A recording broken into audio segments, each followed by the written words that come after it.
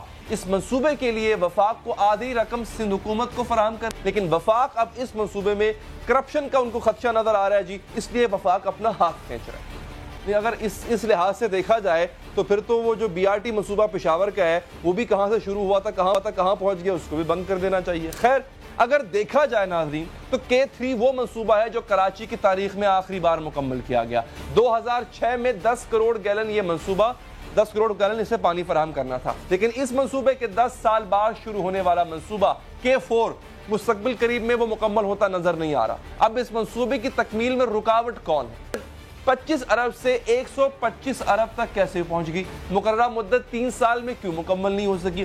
کیا منصوبے 2021 تک یہ ایسا منصوبہ مکمل ہو پائے گا، یا پھر منصوبہ جو ہے وہ کراچی کی دیگر منصوبے دیگر ایسے پروجیکٹس ان کی طرح وہ تکمیل کا انتظار ہی کرتا رہے گا؟ بات کرنے کے لیے موجود ہے میئر کراچی جناب وسیم اختر صاحب، بہت بہت شکریہ وسیم صاحب آپ کے وقت کا۔ سر بیسک وجہ کیا ہے؟ سندھ حکومت اس کی وجہ ہے، وفاق جو اب آپ کی جماعت کے اتحادی ہیں PTI والے وہ اس کی وجہ ہے، یہ مکمل نہیں ہو پایا، اس کی اور وجوہات ہیں، اس کو سکریپ کر دینا، اس کو بالکل ہی ختم کر دینا آپ کو لگتا ہے وائز ڈیسیجن ہے؟ دیکھیں سلوشن نہیں ہے سکریپ کرنا۔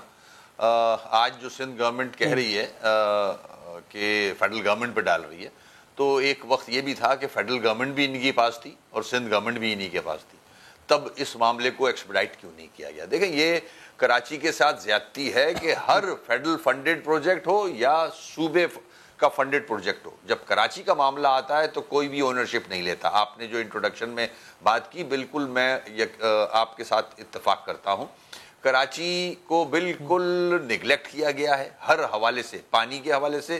یہ جو منصوبہ یہ 3 فیزز میں ہے، 3 فیزز میں 260 MGD جو ہے اس پہ یہ K4 ابھی فی الحال کام کر رہا ہے۔ اس میں بھی اتنی نااہل قسم کے PDs لگائے گئے ہیں جس میں انہوں نے پروجیکٹ میں بہت ساری چیزوں کو مد نظر رکھا ہی نہیں ہے کہ اس میں پاور کہاں سے آئے گا، بجلی کیسے آئے گی اس پروجیکٹ کے قریب، اس کے بعد پھر یہ سپر ہائی وے سے کراچی تک پانی لانا ہے، اس کی آگمنٹیشن کیسے ہوگی جس میں تقریباً 19 ارب روپیہ خرچ ہوگا، اس کے بعد کمپنسیشن ہے لینڈ کا، اس کے بعد راستے میں بریجز بنیں گے، وہ ابھی تک کوئی کام نہیں ہوا ہے۔ آپ 2 سال کی بات کر رہے ہیں، میں آگے 5 سال یہ پروجیکٹ نہیں دیکھ رہا، نہ فیڈرل گورنمنٹ انٹرسٹڈ ہے نہ صوبے کی گورنمنٹ انٹرسٹڈ ہے۔ ایگزیکیوشن تو کرنی تھی سندھ گورنمنٹ نے، اگر میں غلط نہیں ہوں تو وسیم صاحب اس کی ایگزیکیوشن میں کوتاہی کہاں پر ہوئی ہے، اور یہ جو کاسٹ بڑی ہے سر اس کی وجہ کیا ہے؟ سر ڈیلے انکمپیٹنٹ لوگ، پوری پلاننگ کی نہیں گئی کہ کس طرح سے یہ پانی آئے گا، کیا کیا کمپوننٹس چاہیے اس کے اندر۔